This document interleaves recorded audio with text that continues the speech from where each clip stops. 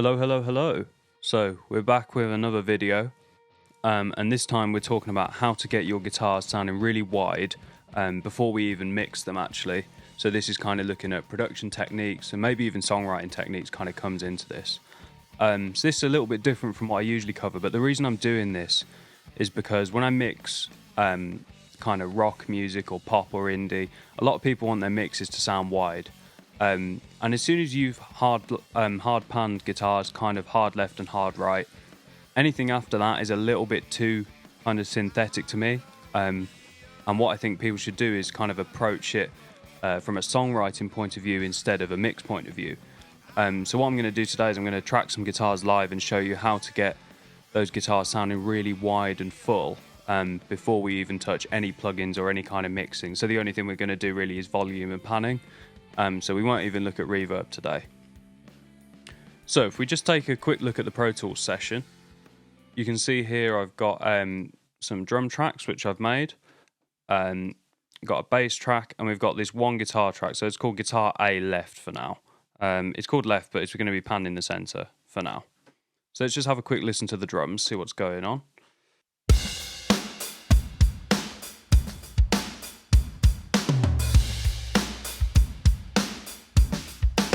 And I'll add the bass into that.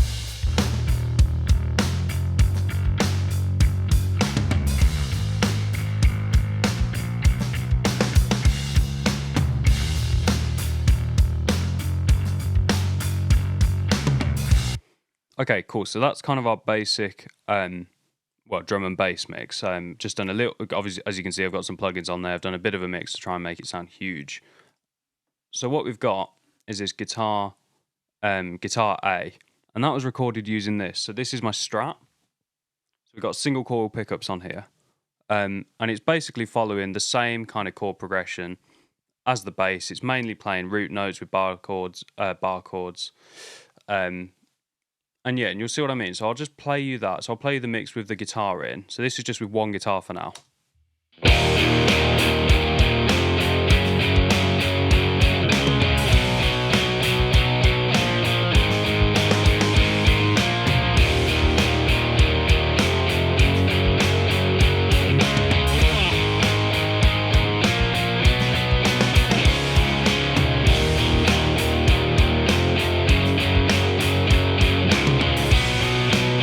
Okay, so you get the idea with that. So as a mono mix, it sounds pretty good at the minute. Now, what a lot of people will do now is they'll set up a second guitar track. So we call this guitar A right. So presumably this one's going to be panned left, and this one's going to be panned right. But we're still going to leave these in the center for now. So they got their track, and here it is. Now this is using the same guitar, the same amp, the same plugin, the same everything, but we're going to double track it. So I'm going to put the click track on, and I'll track that live for you now. So here we go, let's see how this sounds.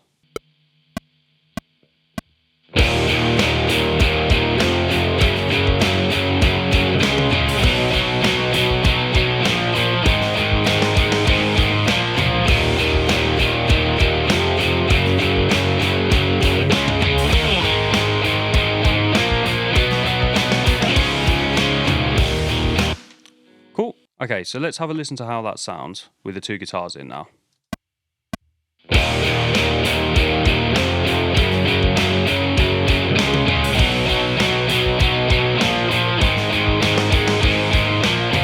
I'm going to pan them out, so hard left and hard right. Let's listen again.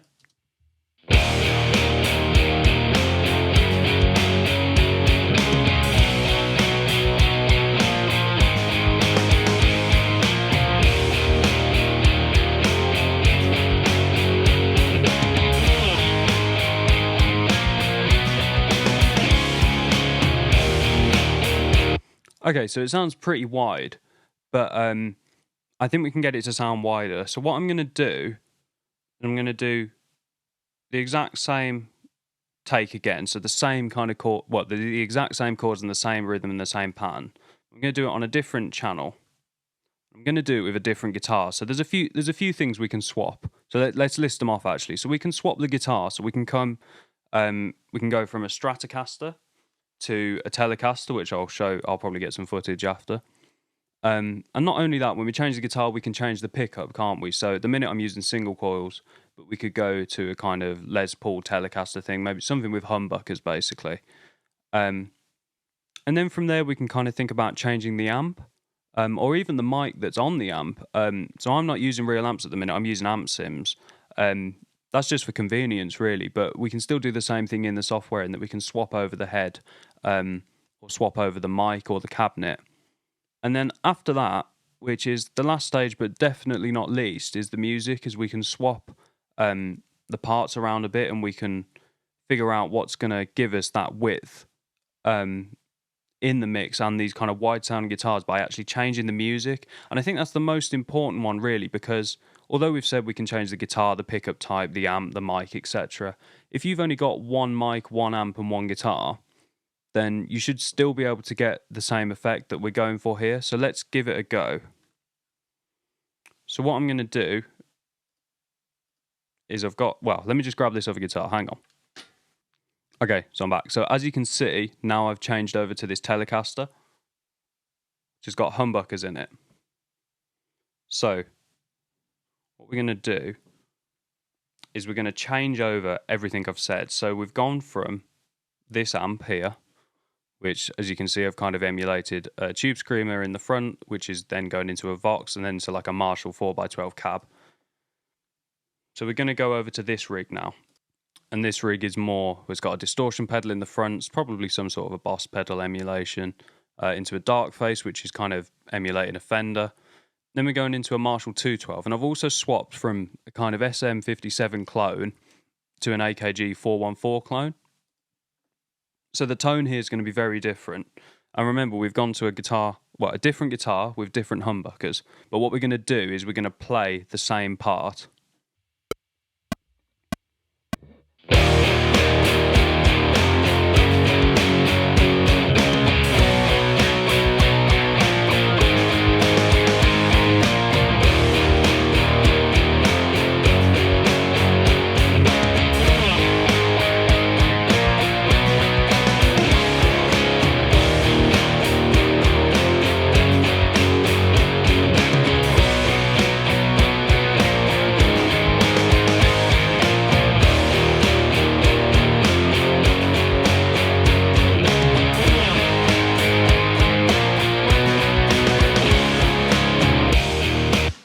Okay, there we go, just trim that up a little bit.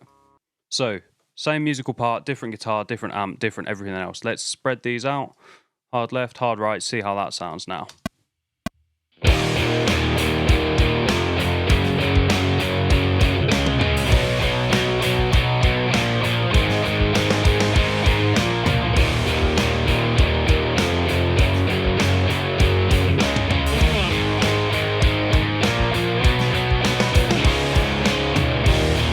And let's compare that to the original one with the same guitar.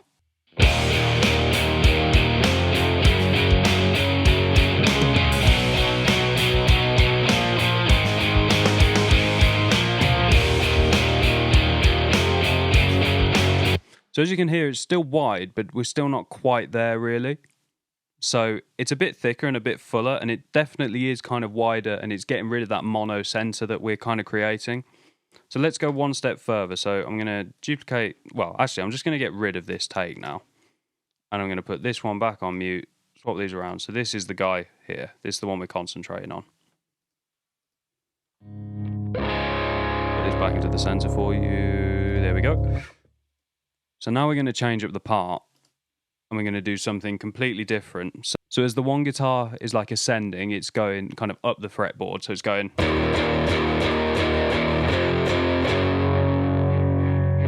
What I think we can do to make this wide is we can have an alternative guitar that goes the opposite way. So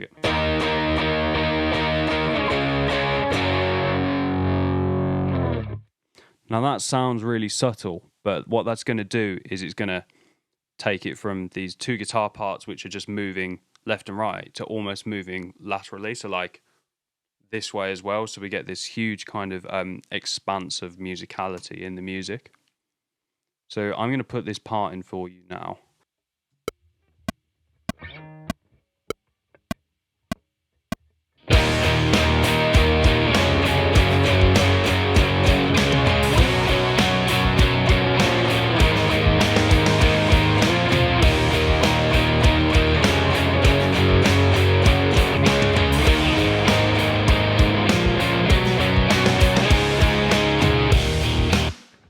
Okay, there we go. So the one guitar was still pan left, but that's okay. So let's pan this right. Trim this up a little bit. Now let's take a listen to that with these two.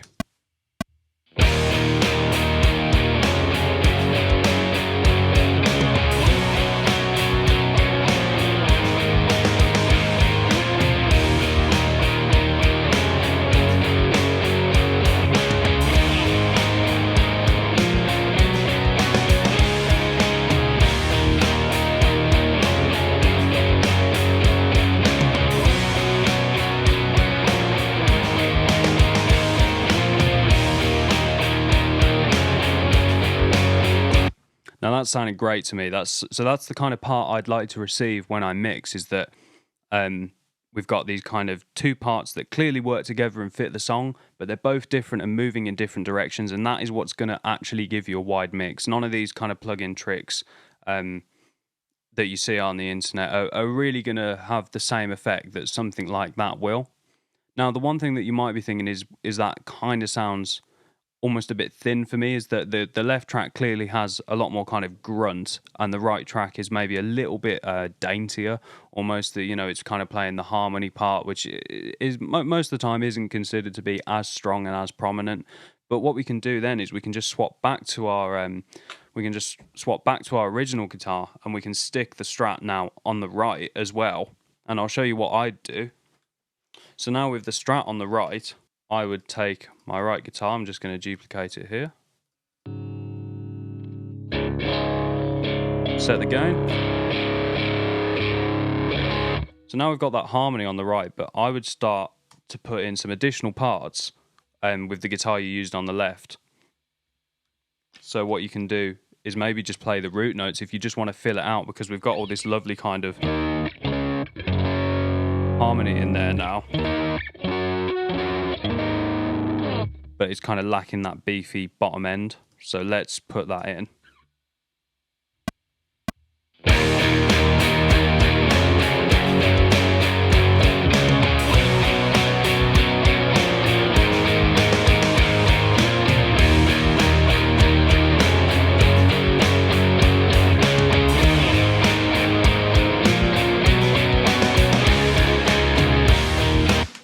So what we're creating here is some width, some clarity. It's not getting muddy and full, full of rubbish either. And then I do the same to the left guitar, but now with the harmony. So do you see what we're doing here? We're kind of balancing up the sides a bit. So I'm just going to go and grab that Telecaster again. You can hear that's on the left now. Just adjust the gain. And what I would do, instead of adding the full harmony, maybe let's just add the octaves of that harmony. So let's put that in for you now. Here we go.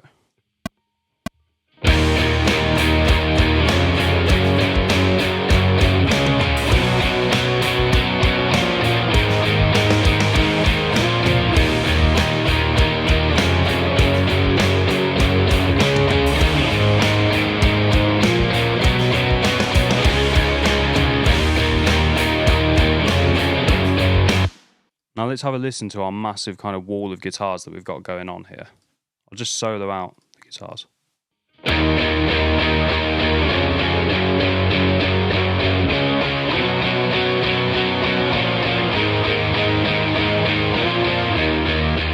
So as you can hear, that's the one we started with. Then we added in the octaves harmony. Just here.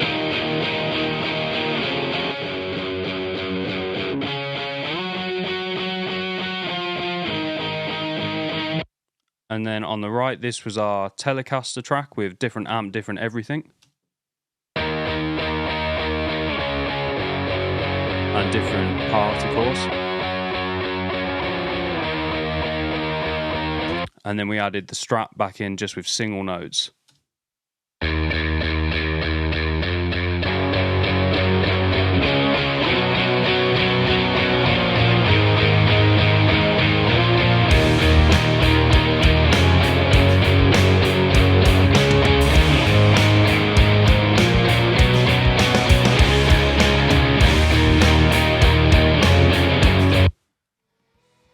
Cool. So I really hope you found today's video helpful. That's just a little trick I like to use when I'm putting in my guitar parts. And if you are thinking of sending things off to be mixed, then definitely consider this, because if you want that huge sound, you're not going to get it without the right kind of tracking and production techniques at the source. And as you can see, we haven't used a single plugin on these guitars today to get them sounding as wide as possible. So thanks a lot, really hope you enjoyed, and I'll see you next time.